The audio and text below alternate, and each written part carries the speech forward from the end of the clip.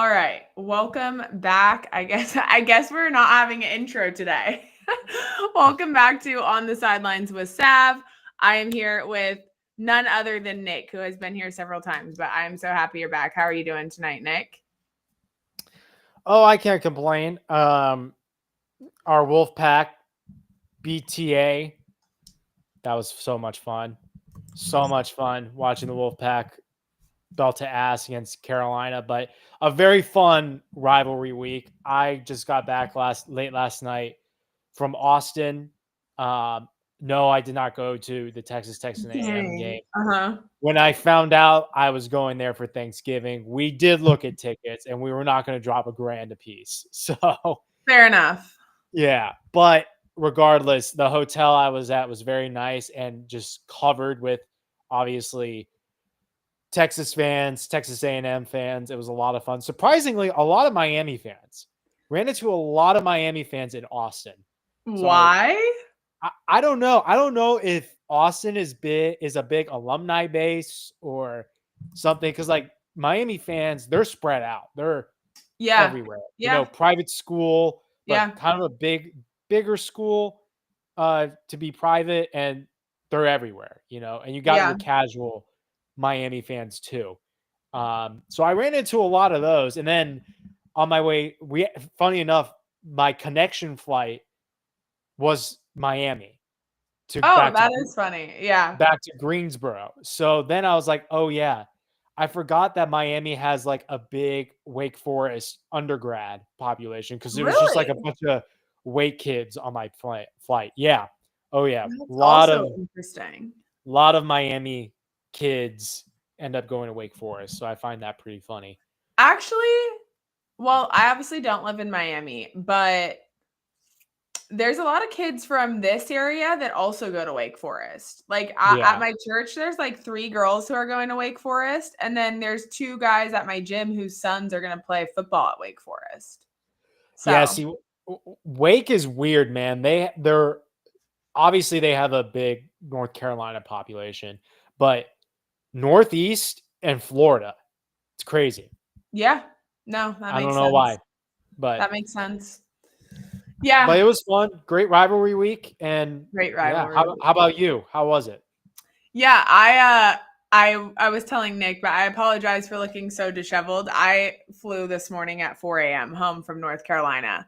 So I am not like one of those girls who gets hangry, but I am someone who doesn't do well with with not sleeping. And I went to bed at like midnight because I was watching Sunday Night Football and then woke up at 4 in the morning and then just like had to do the whole day. So, not doing the best, but we're here and I was in Raleigh for the last 3 home games and left with 3 dubs. So I will say I'm feeling great, you know? Can you go to every game next year? I know. It's like, that's a great question. I really have to figure it out because I'll be in Brazil. I'll be in Brazil. That's Oh, all I so can you're gonna say. go? You're gonna go? Yes. Hell yeah, that'll be awesome. Yeah. I lived in South America for a long time. And like That's right. truly every single year, I'm like, okay, Samantha, this is the year you have to get back to South America. And I'm like, it's not that I can't make it work. It's just that like something else comes up. Like I went to Europe and then I was supposed to summit Everest, which is still a thing. I just am going later. Hurt my knee. So it just hasn't happened. But now I'm like, now this is the best excuse ever. And so I will be there literally for like 3 weeks. I'm not kidding. I'm going like 3 weeks early and then going to end it with the game because I love South America. I miss living there so much. So That is so fun. I'm yeah, so jealous. that'll be my first. Hey, if you end up coming, I got tickets for you. Just let me know. Oh, God, I gotta figure it out. I'll figure it I know, out. I'll right? get I there. know, right? I'll That's get the there. only game I know that I'll be at. And that is, of course, if my dad still coaches at NC State. And that is not saying that he's not planning on it or not going to. You just never know how the coaching carousel works out. So I really don't know. But I would imagine, like I'm planning on going to Brazil. I So. mean, yeah, you're planning on going to Brazil next year, so I hope your dad. Other than that, I think you're just a very dedicated fan at this point. Like we got you now.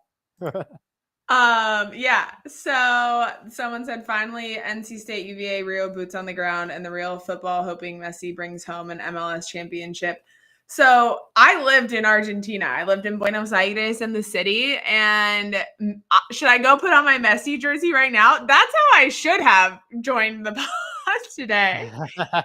Absolutely. This is so not football related, and I told Nick we'd keep it quick, so I'm not gonna go off on a super long tangent. But literally, when Messi won the World Cup, I was losing my mind. Like, I've never had FOMO in my life, except for when I saw all of my friends in Argentina celebrating after they won the World Cup. That's literally the only time I've ever had FOMO. So yeah, but we're not here to talk about that type of football. We are here to talk about American football, the much more loved and important football, I say, as I myself played college soccer, but still like college football better. Let's recap a little and then we'll talk ACC championship and kind of some other things. But let's start with game 1 in the Benz. Georgia, number 4, takes on number 23, Georgia Tech. Georgia ends up winning 16-9. Haynes King is the leading passer. Nate Frazier is the leading rusher. Heartbreak in clean old-fashioned hate for Savannah at the least. Mm-hmm.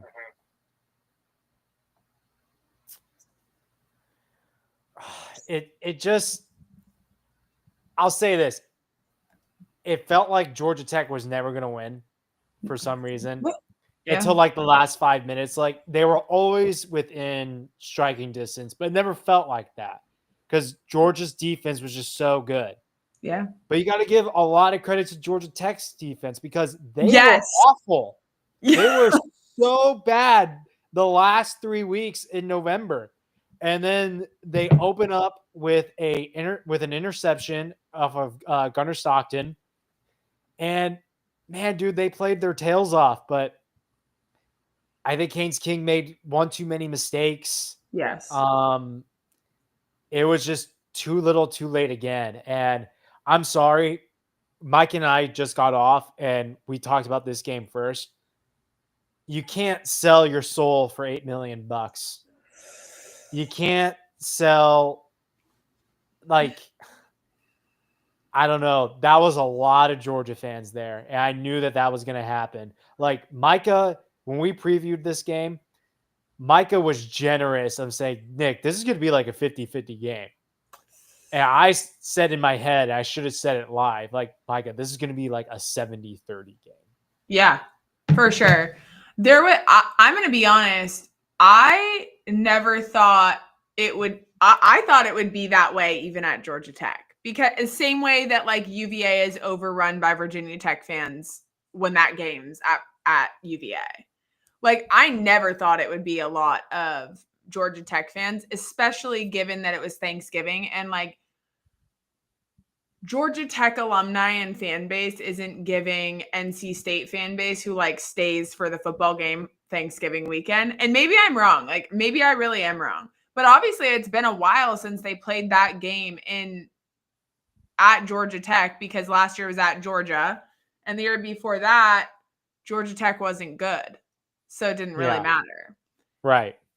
But no, I mean, I knew it was going to be mostly Georgia. There was never a doubt in my mind that it was going to be mostly Georgia fans. Do you think that if it was at, what is their stadium called? Why can't I think of it? Bobby Dodd.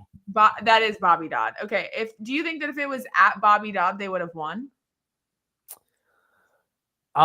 So here's the thing. Micah told me that they can control how many tickets they give out to the Georgia fans. So true.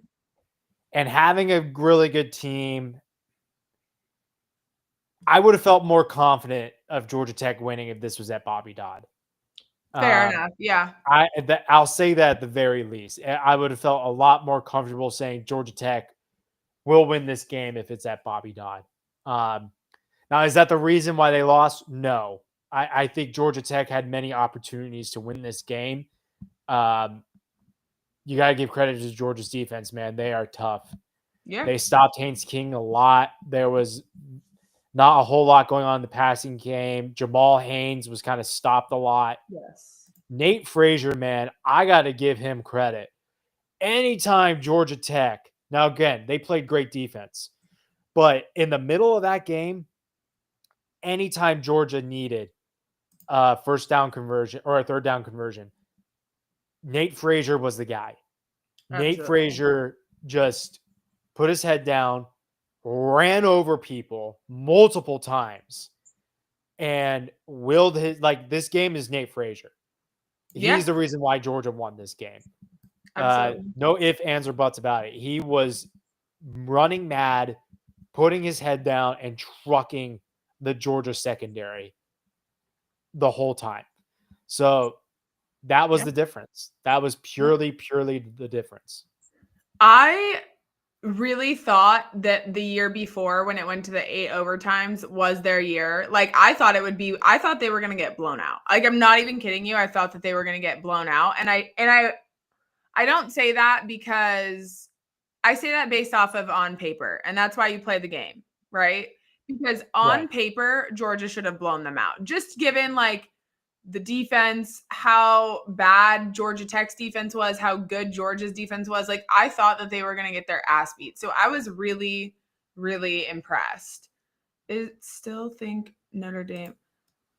Do you thoughts on this? I'm assuming that Michael meant I still think Notre Dame would dog walk Georgia. I don't agree. No, I don't agree.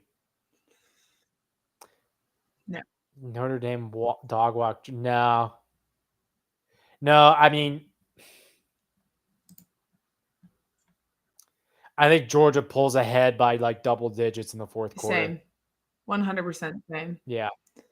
Yeah, just a real bummer. I mean, I tweeted it far cry for Georgia Tech from the Jeff Collins days. Definitely headed in the right direction. Brent Key is the man for the job at Georgia Tech.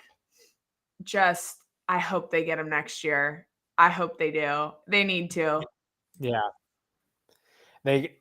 I'm very excited for what's his name? Philo? Yeah, Philo. What's his I can't think of his Philo. first name, but his last name is Philo. Aaron? Yeah. Aaron Philo? Yeah. I'm genuinely he is like way too early. Most excited player I'm ready to watch Yeah. for next year. No, totally agree. Totally agree. I'm not here for moral victories, but Georgia Tech is absolutely a program trending in the right direction. Speaking of other programs that were trending in the right direction and I just don't think are so much anymore, Pitt. What is going on with Pitt? They played number 12 ranked Miami at home while they were ranked number 22. Miami belt to ass 38-7. Carson Beck popped off, Pringle popped off, and Malachi Tony popped off. Everybody on the Miami offense popped off. Yeah, this was what Miami needed, man. Like we just talked about it. And we spent a good time talking about Miami. And we'll talk. I don't know. Do you want to talk a little bit playoff scenarios and like what should happen tomorrow? For sure, go for it. What should happen tomorrow is Miami should jump. I'm sorry to say this, you're a BYU alum, but they should jump BYU and Alabama. Okay. And Notre Dame. Okay. I agree with jumping Notre Dame, and I agree with jumping Alabama. Give me the reasoning for BYU. Not, you know what? No. Don't jump BYU. One lot. I'm sorry.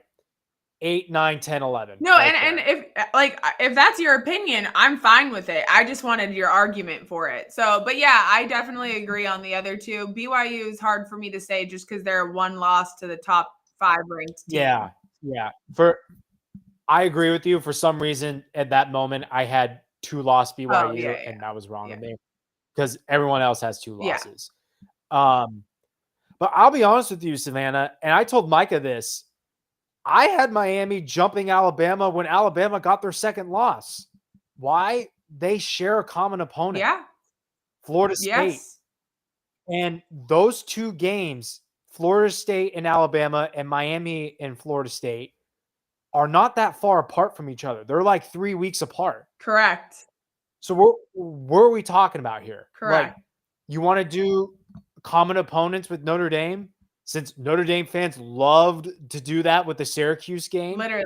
Okay. NC State, Miami did a better Yep. job. Not to mention Notre Dame was only up 3 at half at Yes. home against NC State.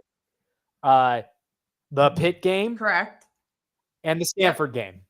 And so why are we throwing head-to-heads out the window? I don't know. It's the only game. Who put this out? I think CFB King's great account. He's been doing a phenomenal job just calling out the committee and trying to boost Miami. Since I think since the playoff, like 2014, any pair of teams who had the same record but was head to head, the team that won was always ranked ahead As of it them should be. It doesn't matter when you with play. 2 losses or 1 loss. And he showed over a half a dozen examples of a pair of teams, same record, but head to head. Miami and Notre Dame are the only ones in the history of the CFP where the head to head does not matter. So I don't know. The ACC will be screwed if Miami is not at least over Alabama and Notre Dame tomorrow night. So And Miami. they Sorry, no, you're go ahead. good. And what's worse is I don't think that they will be. And not because I don't want them to be, because I completely agree with you. The committee and everybody will do everything in their power to disperse the ACC. Yeah. It's nuts. It is freaking nuts. Stanford played all these teams, including BYU, Notre Dame, hands But down. why does it matter? Here's the thing. You know what, Savannah? You know what? And I said this before. I'll say it again. If it doesn't matter anymore, shorten the damn season. If we're not going to look at 12 games, shorten the season. Make it 6. Make it 8. If we're not going to take, I don't care if Notre Dame looks better than Miami right now. Can we really say that anymore anyways? Miami has looked great the last 3 weeks of the season. All their common opponents, they have put belt to ass a lot harder than Notre Dame has. Yes. So if you're going to say, oh, well, week 1 doesn't matter anymore, then stop playing 12 games. Then don't play week 1. You're just saying. play in November. Just play November games. That's apparently all the committee cares about. And that's the worst part. If that's all the committee cares about, exactly what you said. Miami's been putting belt to ass in November. Yeah. Alabama does have 2 top 10 wins, though. There is no world where Notre Dame should be where they're at. Agreed. I am not as mad about the Alabama ranking as I am the Notre Dame ranking. The other thing, go ahead. I'm not as mad either, but based off of what we just saw this past weekend, Alabama struggling hard with Auburn. And I get it. Rivalry weekend. It's totally the Iron Bowl. Yeah. Totally different. I totally get that. But still, Miami went on the road in a game where most of the time Miami loses that game. Yes. I had Miami going 11-1 this season with the loss to Pitt at the end of the season. Yes. Everybody did. So you got to take that into account that Alabama struggled with a 5-7 Auburn team that fired their head coach. So, and they let them creep back into it. They did. And it wasn't like it was like Auburn could have won. Yes. Jordan Hare is demonic. Facts. There is something in those hedges. Yeah. But it doesn't like discredit the fact that like the problem for me is this, and actually Chris is the one that said it to me best. So pardon me if I'm butchering it and write it correctly in the comments. The problem is that the way the committee views the SEC versus the way it views other SEC and Notre Dame versus the way it views every other conference is not comparable. They'll be like, it's rules for thee and not for me. They'll literally Yeah. will be like, oh, well, they had a bad loss week 1, but week 1 doesn't matter anymore. And then it's like, oh, but Notre Dame is better because they've done all of these things, but then they lost the head to the head. But then when it's Miami that we're talking about, it's like they won the head to head and okay, but they lost to Louisville. Okay, but Alabama lost to Florida, the worst team in the ACC. And so it's just like they make their judgments differently compared from the ACC and Miami, or excuse me, the SEC and Notre Dame than they do any other conference. And it's just it needs to be the same for everyone. If FSU is a bad loss for Alabama, that's totally fine. That's fine. Louisville can be a bad loss for Miami or whatever, right? But the way that they do those are totally different. And it's like the disparity in the way that they do that's the part that pisses me off. Yeah, 100%. And I'm sorry, Miami went on the road and beat the committee's top 25 team. So Yeah. I don't know what else to say. I don't understand. And maybe correct me if I'm wrong. I don't understand. Look who's playing well at the end. If there's been the head to head, to me, nothing can matter more than the fact that two teams went on the field and played and you lost or you won the game. Everything else can be important, but it goes back to your original point. Then don't play week 1s. Then only play college football in November if that's all the committee's going to give a shit about, which again, Miami has done very well in November. Yeah. So it still doesn't add up. Yeah. I mean, I can't believe somebody posted what the committee values in like their head to head is the number one thing they value. Supposedly. Like, I don't know what we're doing. I don't know what we're doing. Miami needs to be at least top 10 tomorrow night, or else they're screwed and the ACC is screwed, because we'll get to that in a minute with the championship game. Yeah. But yeah, but I'll give a lot of kudos to Miami. What they did was a statement. It was awesome what they did. I enjoyed watching the game. And Malachi Tony is something very, very special. Like, he is one of the more underrated guys in college football. He was just a dog on Saturday, and I can't wait to watch him next year. He's going to be great. I might sprinkle a little Heisman thing on him tomorrow or next year. There you go. So we'll see. But no, yeah, kudos to the Canes. I think they've done everything they can to prove that they should be an at-large bid. 100%. Alex, don't get me started on the FSU thing. I could go on for days. This is perfect. This is perfectly said. They need to follow a set list of criteria that's followed in the same order for every team. You can't use Rule 3 for one and Rule 6 for another, because that works better. 100%. It's really bad that they lost to SMU, but it's not bad that Alabama lost to Florida State because it was week 1. Like, that doesn't add up. I know. We agree. It seems like everybody agrees except the committee. And the worst part is that I think the committee, honestly, is subscribed to. Remember that girl who got hated on earlier this year for being like, oh, the AP poll's just for funsies. Like, I don't have time to watch all the games. Yeah, she put USF over Florida. Yeah.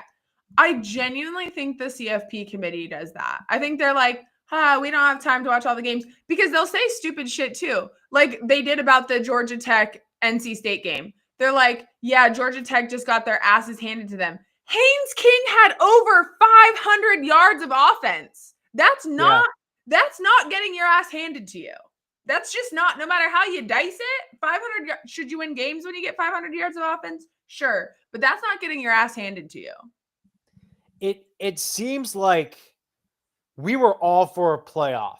We were all for probably expanding the playoff. Me personally, Savannah, I don't know if you knew this. I wanted 8. I did not want to go to 12. I think everybody wants 8. I think I think everybody who's everybody saying wanted wants 8. 8. And people keep saying the sport is getting better. We have a playoff system. Now I keep thinking to myself, is it getting better? We are all arguing. We're all fighting. We all know that the committee is doing something wrong here. Ever since Florida State was booted 2 years ago, yes, it has literally been downhill. Like, is the 12-team playoff better? Because we're not talking about the right teams anymore. Like, I don't understand it. There was a tweet and it was perfect. Someone said, when it becomes a bidding war for your place in the playoffs, that's not a playoff anymore. That's just a participation. Yeah. And I was like, facts. And then someone else said it this week too. You know what solves all the problems? You know what solves everything? Winning fucking football games. And sorry to drop a F-bomb. That's not really my vibe on this channel. But win the damn game. If you win games, it doesn't matter. And that's why, again, this is not ACC, but that's why I feel for BYU. BYU has won football games. Why is Ohio State and Indiana ranked 1 and 2? Because they won football games. You don't get to control your schedule. You don't get to control who's out there, but you do get to control the outcome of those games. Win them. And then there's no questions. Literally. Yeah. It's essentially an invitational. And they care about TV views and they care about money and they care about this and they care about the other. And everyone who covers this sport in any serious capacity hates the sport because they hate to see a team who spent $30 million on their roster get their ass beat by a team who only spent $4 million. They hate to see that happen. And that, unfortunately, is what makes college football great. And they're trying to destroy that. Maybe we should go back to the BCS. Because it's true. I won't shit on Texas, but hey, if you're Texas, if you win football games, you don't have Texas, to worry don't about lose to Florida. I'm sorry. You're not getting in at 9-3. If it does matter that Miami lost to SMU, it has to matter that Texas lost to Florida, which goes back to the rules for thee and not for me. Why is the rules different for teams in the SEC versus teams not in the SEC about things like that? Oh, well, everybody's going to drop a stupid one. You're not allowed to do that if you're in the ACC. You don't get to drop a stupid one if you're in the ACC. But if you're in the SEC, sure. Yep. It's sad. So I hope. I genuinely want to think that the committee just screwed up and they're not admitting, they're telling themselves we really screwed up here after week 8 or what week are we in? 14 after week 10. Yeah. We screwed up because we thought that Miami was going to keep losing because that first ranking came out after Miami lost to SMU. And that's when other rankings started to come out, you got into week 2 of the rankings, it's wait, yeah, why isn't Miami ahead of Notre Dame? That doesn't make any sense. What is going on here? I think the committee knows they screwed up. This week is the perfect time to fix that. Correct. You have an opportunity to right your wrong. Miami did a great job on Saturday. Put them above Notre Dame. Yeah. Look at all the common opponents too, if you have to. And look what Alabama did against Auburn this week. So, yeah, that's where I'm at. 100%. That was a tangent, and we'll go more into that here in a little bit because we are going to talk about the ACC championship game for a sec.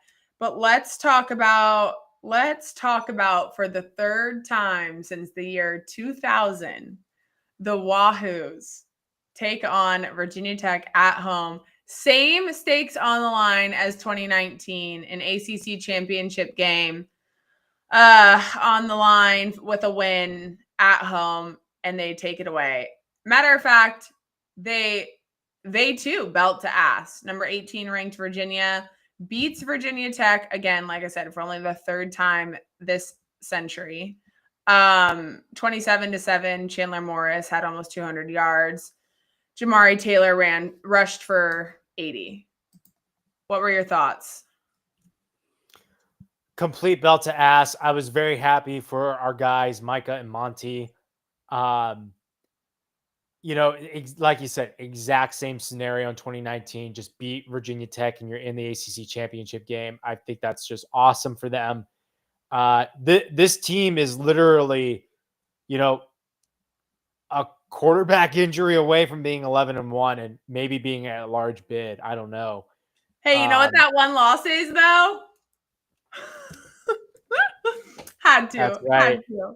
I mean, literally, if that game was so close to, like, Virginia was driving, and one thing that NC State hasn't done well is pick quarterbacks off, and they just so happen to pick one of the best ones off in the conference at the right time. So, like, looking at Virginia, looking at the body of work, like what they have done is very, very impressive.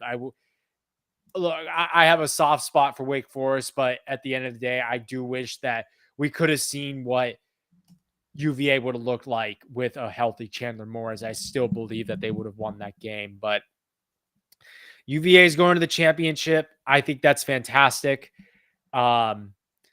Here's what's crazy, Savannah. This conference is so chaotic that we could have 0 teams in, or we could have 2 teams in. If Virginia belts to ass Duke and the committee does put Miami in the top 10 and Virginia gets a little wiggle room, like, oh, maybe BYU loses, maybe Alabama loses again to Georgia. Like, it's very realistic Virginia could be in the playoff, like, without a doubt. Yeah, let's actually talk about that. So three of the conference championships are rematches because UVA and Duke have already played. UVA won. Texas Tech and BYU have already played. Texas Tech won. And Alabama and Georgia have already played, and Alabama won. Of those 3, again, I know this isn't just ACC, but it is very interesting. Of those 3, how many do you truly believe beats the opponent for a second time in a row? Because it's very hard to beat the same team twice in the same season. Honestly, I feel really confident that Virginia and Texas Tech can win again. Interesting. There's just something with Alabama and Georgia that I feel like Georgia can win this one. And history tells you that that's not the case. Kirby Smart is just cursed with Alabama, but the one time he did beat Alabama, they played them a second time in the SEC championship. Yes. So we'll see. I don't know, but I feel confident that Virginia and Texas Tech can win their games. I mean, I hate to say that to you because you're a BYU and no, you're fine. But Virginia still has let me ask you this. You probably know this better than me, and you might know it better than Micah. I meant to ask Micah. Can the committee? I mean, yeah, I guess they can. They did it to Florida State, so never mind. I mean, like, with these new rules, like, your Power 4 conference champion has to get in. No. No? They don't have to get in. Okay. I was just kind of hoping and willing, but no. Hey, I too am hoping and like Georgia actually wins this one. I don't think that they lose to Bama again this year. I agree. I think Texas Tech will beat BYU, unfortunately. I don't necessarily know, like, I don't know how that plays out for them. But if Duke wins, the conference is gone, Savannah. The game is gone. The game is gone. Which by the way, I do want to discuss for a moment. Everyone's like, look at these dumbass ACC tiebreaker rules. Just so everyone's clear, they're the same tiebreaker rules in the SEC and the Big Ten as well. Like, these aren't some made up ACC rules. This is generally, and I don't know what it is for the Big 12. I would imagine that it's similar or the same, but like, they all have the same tiebreaker rules. This isn't something that the ACC just like pulled out of their ass. Yeah. So everyone's clear. Yeah, if Duke wins, here's the thing. This is how I know that the football gods have humor, because Manny Diaz, the way he got let go at Miami was disgusting. Like, Yeah. I will never be a fan of Miami for the way that they handled and treated that situation. And you know what's poetic justice? That Manny Diaz makes it to the ACC championship at Duke before Miami ever does. And That's 7-5. Which, by the way, he got fired going 7-5 at Miami. Yes, correct. That is how I know the football gods have humor, because that's hysterical. Yeah. I mean, anyway, hysterical, so funny. Yeah, I mean, like, I'm excited for the game, but Duke really can't win for the ACC as a conference as a whole. Like, Florida State, Clemson, and Miami are going to literally find the fastest way out if Duke wins this. You know what? Like, at that point, everybody should. Like, at that point, I think we're all at a point where something needs to change. And I will never be on the side of conference realignment. I think we should have stayed with what we have. I think people are starting to realize that now, because quite frankly, Virginia had a very easy path to the ACC championship. They didn't have to play any of the top 4 ACC teams. And so, Duke, I guess. So they didn't have to play any of the top 3. But like, these super conferences are just never going to work. You either play these people twice, or you've never had to play anybody who is worth a shit in your conference. It's the same thing with Texas A&M. They didn't have to play anybody. Say that. Yeah. Yeah. Like, anyway, just kind of lame. Moving on to number 21, SMU at Cal, baby. Cal with the upset. JKS, please, Lord, don't let that man transfer to a different school. Popped off with 330 yards. Cal won 38-35 off of a last-second field goal, if I'm not mistaken, correct? Yeah. SMU missed the game-winning field goal. Yeah, that's right. That's what it was. I knew it came down to a field goal. Yeah. Not really a rivalry, so I don't care about it so much this week. Any quick thoughts on that one? Yeah, a big thing that we just talked about. So I guess you didn't see it, Savannah, but SMU's down basically the whole game, and it took miracles for them to get back. And not only get back, they took the lead. And that's Cal, in like 4 plays, scores a touchdown. SMU needs to get into field goal range. They have 0 timeouts left with 8 seconds. And if they go for this field goal, which they did, it was 52 yards. You had 8 seconds. Run a play. Run a play to the out. You have RJ Maryland, one of the best tight ends in the country. Like, just a quick little out to the sideline. Get 5 yards. Make this like from a 52-yarder to a 47-yarder. Your kicker's actually pretty good. I was kind of befuddled. I tweeted that from our account, and everyone was just like, 8 seconds, no timeout. 8 seconds, no timeout. Micah and I were like, what are you talking about? It takes 6 seconds for a play to finish developing and everything. You could do a quick little out and get 5 or 6 yards. It's very simple. And plus, if you don't, the clock blows. This is what you do. You run the one play, it's a pass play. If that kid is not close to the boundary, you tell him, you say, you don't catch that ball, you bat that shit down. Yeah. If there aren't any options and it's down to like 4 seconds, just throw that shit away. Throw it away. You know, I was kind of befuddled that they went for that field goal. I really was. Yeah, I was keeping track and we did have the game on, but it was during the same time as the NC State game, so I was obviously didn't see all of it. I missed some of it, so appreciate that. But yeah, I do remember that they lost off the field goal, and that's just I didn't know that that's how it was. That's crazy. And you know what? You know what? No chaos like that allowed when you don't on rivalry week when you're not playing your rival. That's the part. Like really, really, Cal. Where was that the week before on rivalry week? I guess. That's what Micah said. I take it back. I take it back. The fired head coach surge is real and lives it's on. real. It's Yeah. 100% real. Yes. The firing head coach surge bump, whatever, it's real. Yes, 100%.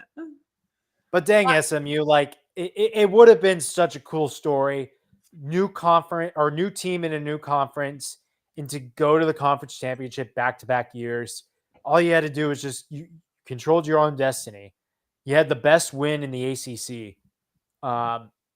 Yeah, just very, very disappointed that we could have gotten like a more respectable ACC championship, and like if Virginia had won, it was a lock for two teams, but we'll see. 100% agreed. Let's talk about one of my favorite things ever when the ACC belt to ass the SEC. Kentucky at Louisville. Louisville wins 41-0. Miller Moss throws for almost 200 yards. Braxton Jennings rushes for 113. Jacob Stewart has about 50 yards receiving. And Mark Stoops gets fired.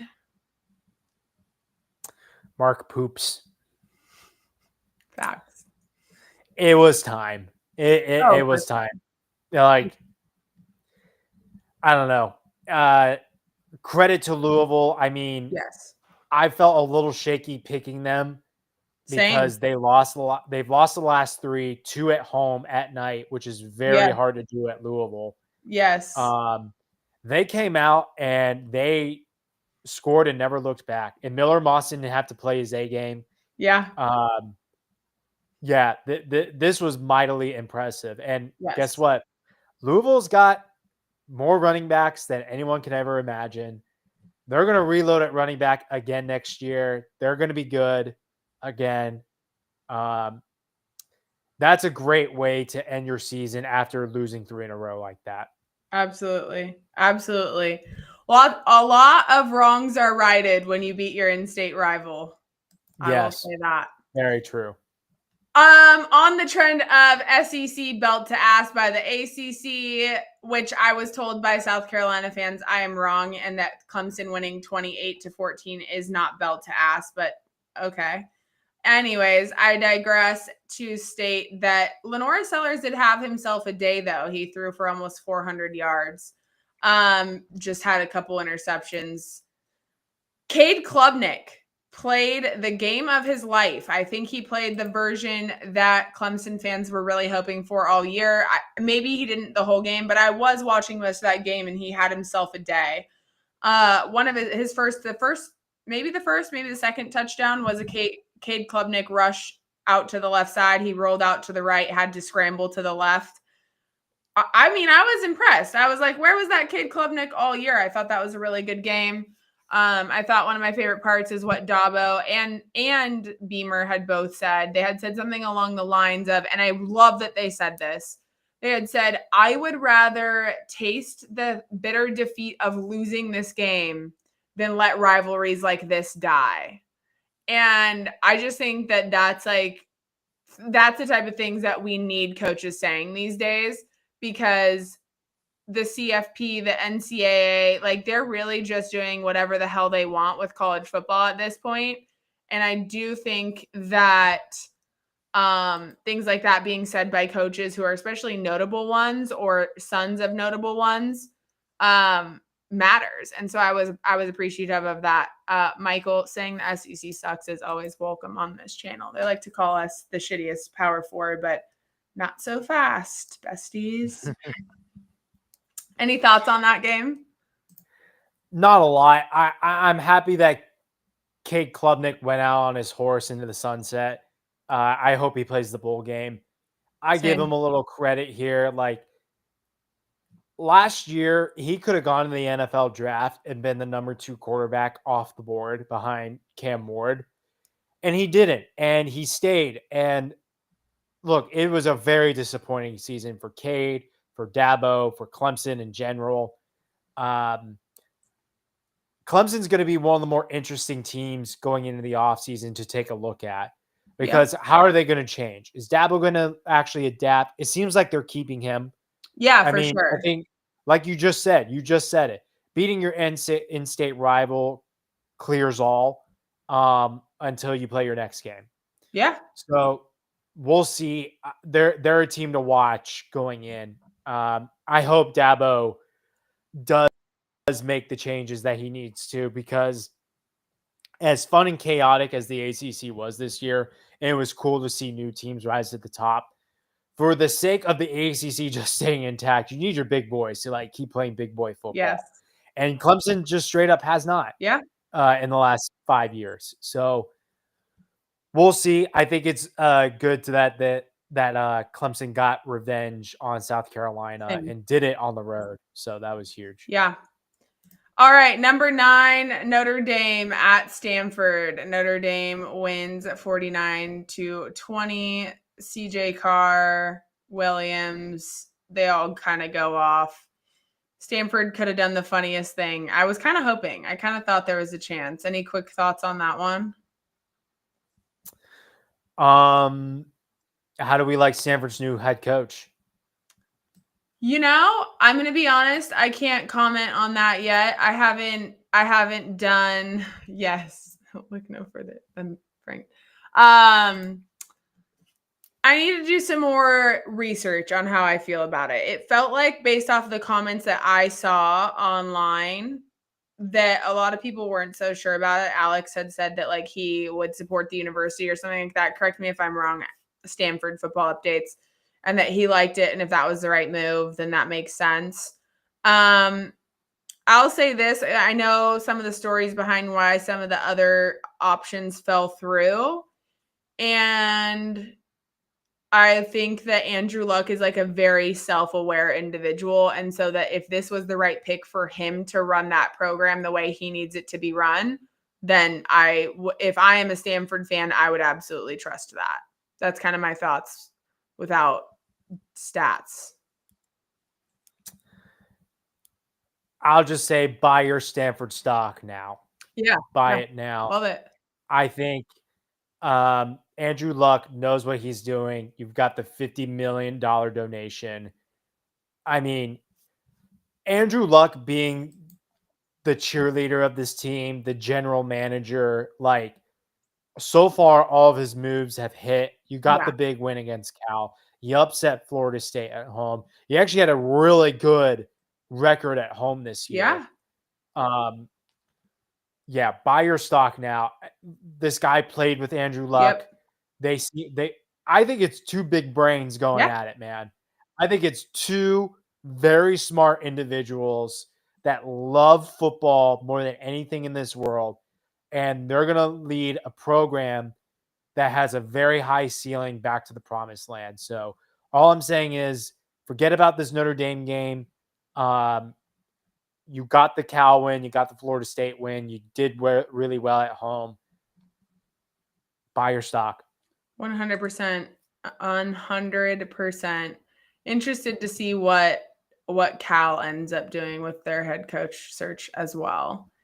Really hope that they just hire Rolovich, but I don't know that will happen. All right, another non-rivalry, non-important ACC game, which they're all important, but Boston College at Syracuse. Boston College. That was so important. That was on the CW. No, I know, and I know why it was important. The bottom dwellers of the ACC this year were just so trash. So trash. Boston College, Syracuse, and UNC were just trash. They're what people think of when they think of like making fun of the ACC. They're like, you guys have Boston College, bro. Yeah.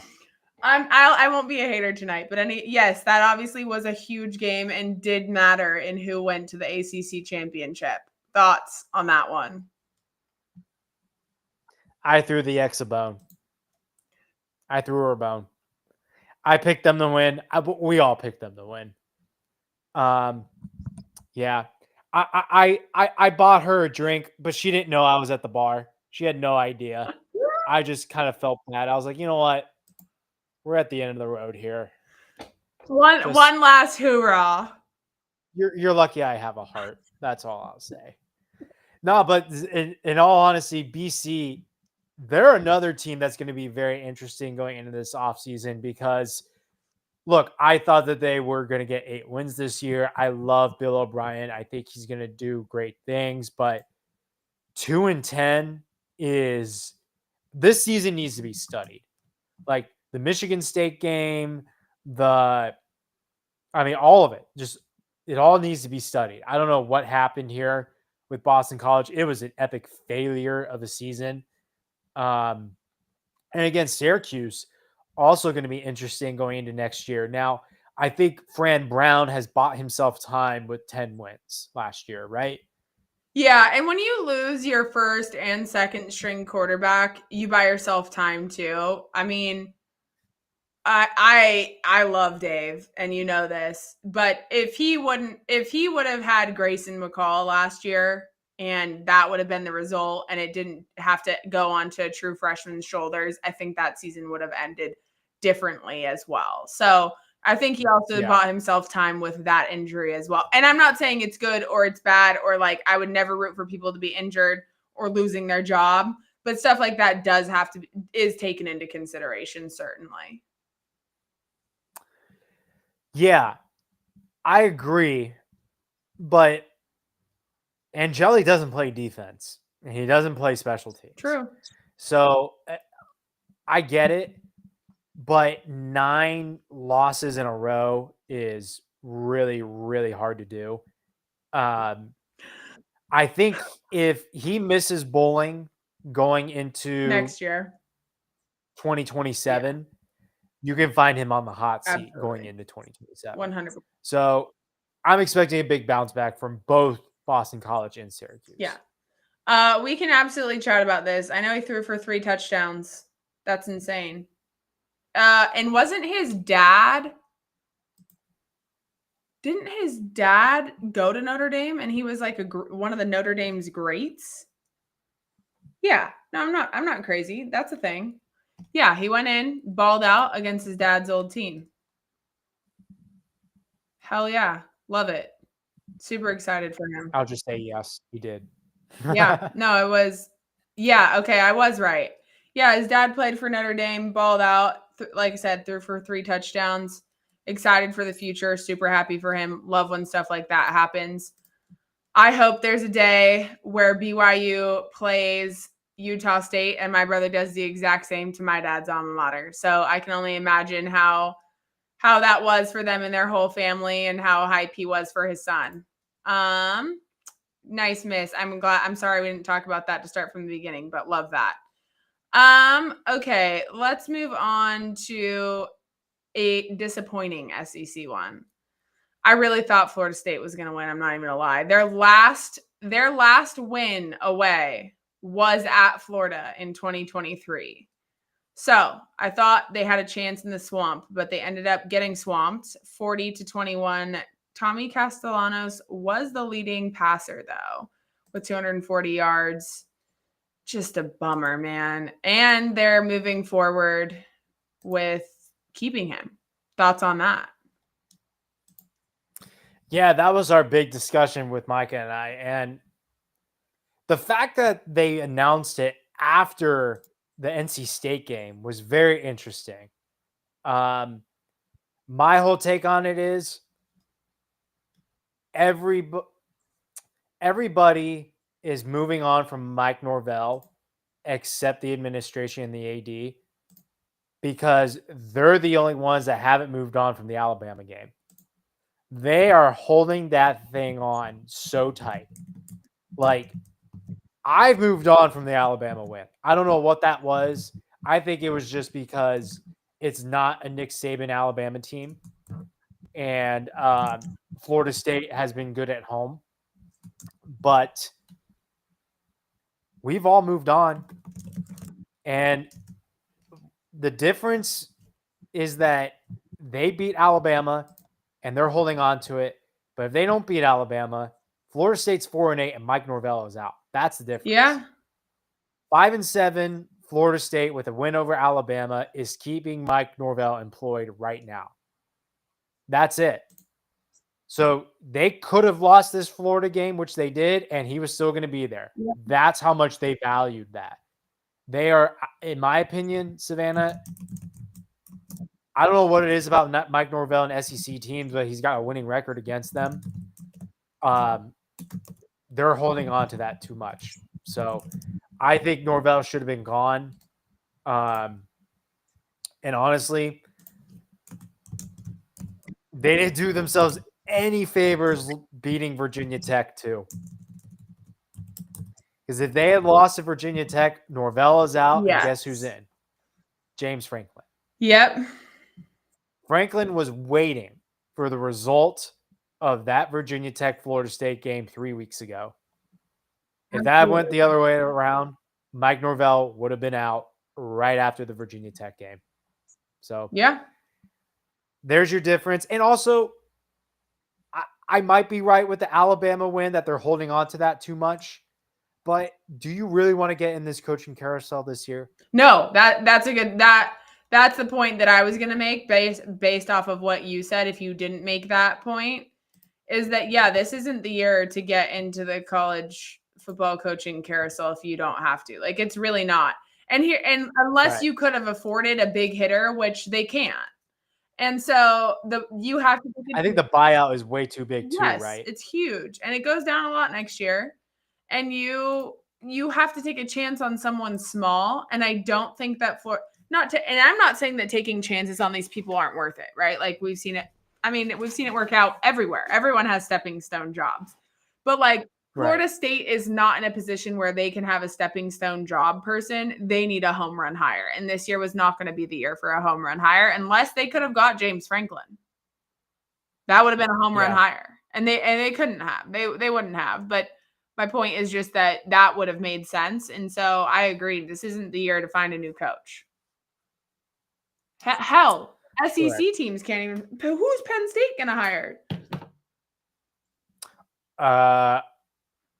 Supposedly Kalani. I'm fighting with people. Yeah. Do you really want me to say? No, I don't care. I mean, that's a different show for a different time. I have thoughts. But I'm in a whole Twitter beef with people telling me that Penn State has more money than BYU. So, it's popping off. What was I doing while I was waiting for Just Means Less ACC show to be over? Arguing with people online about the fact that BYU has more money than Penn State. Yeah, so we'll see who they get. But okay, we have 2 more. I swear we're almost there. Wake Forest at Duke. Duke ends up winning 49-32. I really wanted Wake to win this one. Robbie Ashford throws for almost 340 yards. Or excuse me, 350 yards. Duke had themselves a day. I was told this week, it was news to me, that Wake fans actually hate State way more than Duke. So I didn't know that either. So that is a thing. That is a thing. Wake fans do at times hate NC State more. So, but I think they also hate Carolina more than they hate NC State. Really? So, okay. Yeah, I talked to some Wake students. They hate Carolina way more than they hate State. But if you talk to the players hate Duke more. Okay. So, okay. Interesting. It's all very interesting. Yeah. It's all very interesting. But look, Wake did put themselves in a horrible position all the time. Micah pointed this out to me. and he kind of stopped me in my tracks. Duke got the ball in great field position every single time. Like Oh, they did. up to the I didn't 50. see much of this game. Yeah, so as much as you want to like look at the score and say, Yeah. "Oh wow, what happened to Wake's defense?" No, it was all three phases. And I talked to one of the linebackers today, actually, Dylan Hazen. He was like, "Yeah, all three phases, we just sucked. Just we as a defense were kind of put in a bad spot. Claiborne fumbled. Oh my Ashford, boy. yeah, it was a bad fumble too. It was not good. Um, Ashford struggled a lot. Like you could see visibly, Claiborne was pissed off Yeah. that he fumbled the ball, Yeah. and Ashford like blew up on the sidelines because he didn't get a first down call, and like his teammates had to hold him back. The coaching staff had to hold him back on the bench. It was just an all time bad vibes game, I think, for Wake. Dang. Just handing the ball to Duke in really good field position. Uh, if Wake had just won this, man, we would be talking about a different ACC championship game. Literally. And I really thought that they were going to do it too. Just their special teams and their offense put the defense in a bad spot. But you got to give credit where credit's due. Duke took advantage of it. Yep. Absolutely. And we'll finish it off with the main event of the weekend. UNC travels to down I-40, or as our graphic showed after we won 5-0. Down the street to Raleigh. Bell to ass. The score was actually even shows that it was less belt to ass than it was. UNC got like a last 2-minute touchdown that was just like the game's over. We won 42. The good guys won 42-19. CJ Bailey threw for 200 yards. He was also the leading rusher. Jordan Shipp, the receiver for Carolina, was very impressive as well that game. Thoughts? What are your thoughts first? It's a great day to beat those baby blue asses. It Always. is always a great day to beat baby blue. 5 in a row. It feels so good.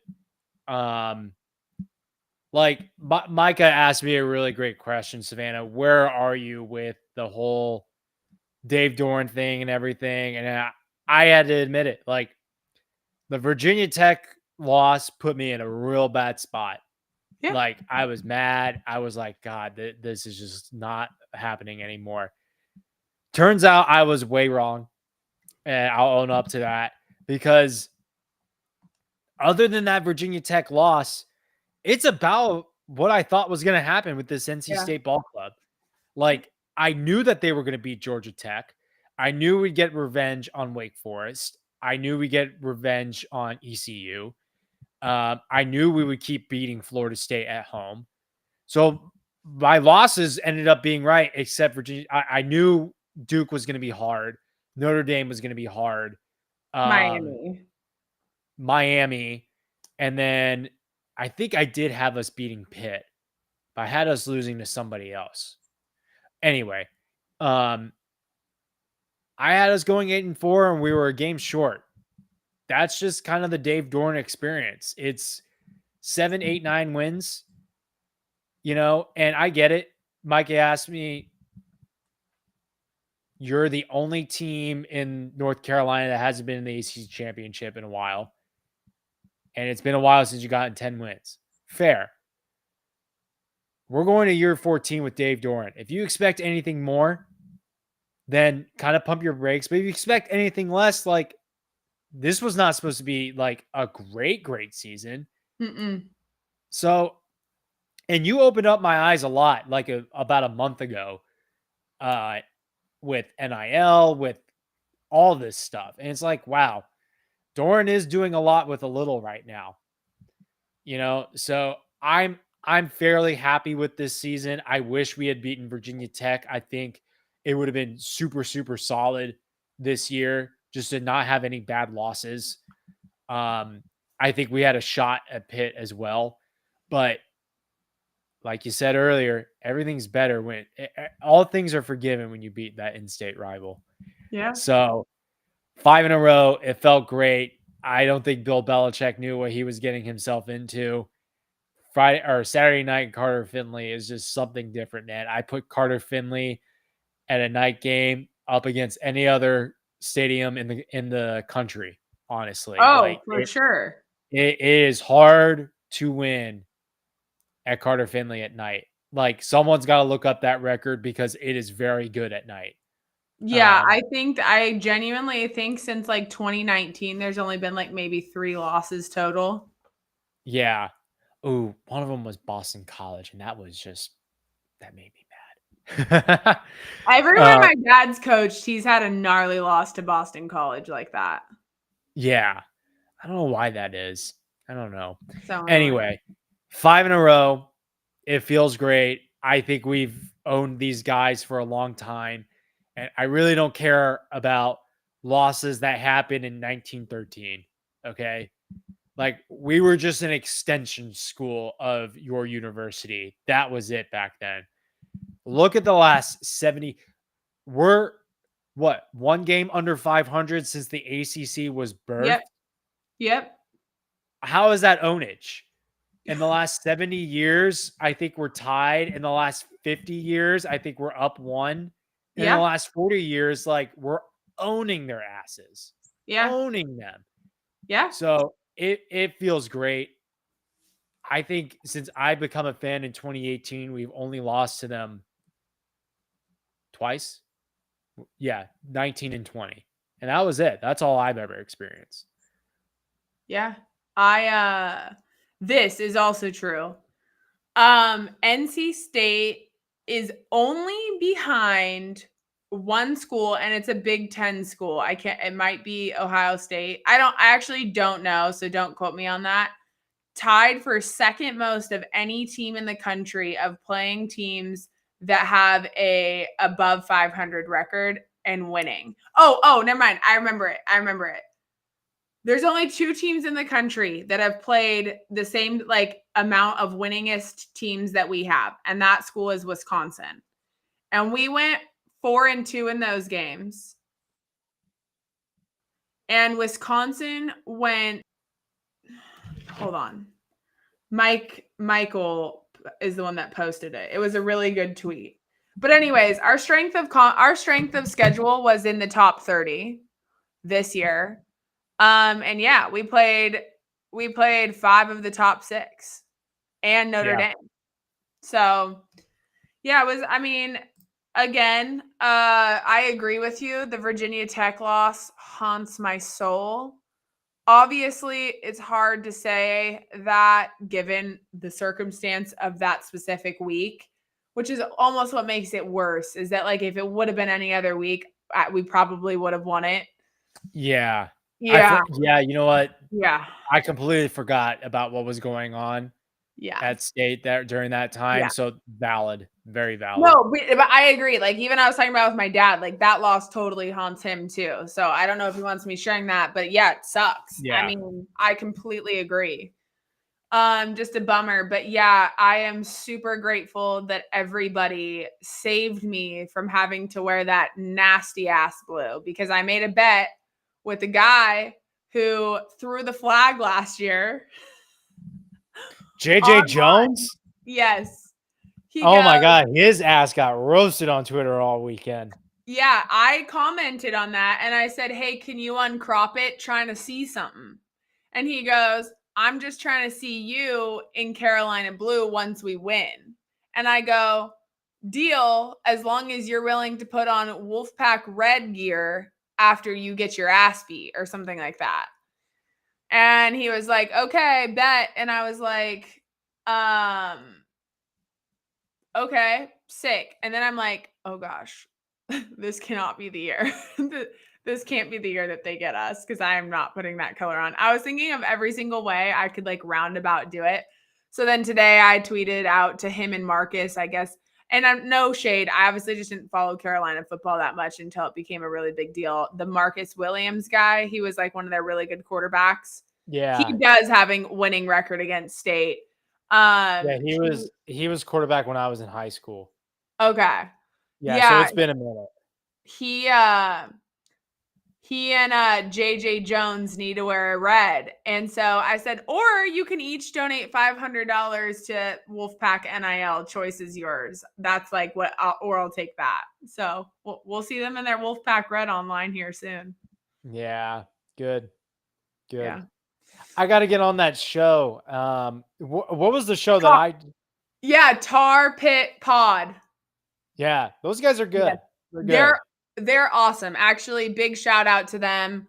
If your team is playing UNC that week in the ACC, I highly recommend tuning in. That is the most like comprehensive, well-planned, well thought out podcast I've ever been a guest on. So really shout out to Chris for setting that up. It is, I'll post the link somewhere, but they were awesome. They were incredible. They were super fun to talk to. Him and Troy were awesome. So yes, you should absolutely go on. But when your school is playing them, for sure.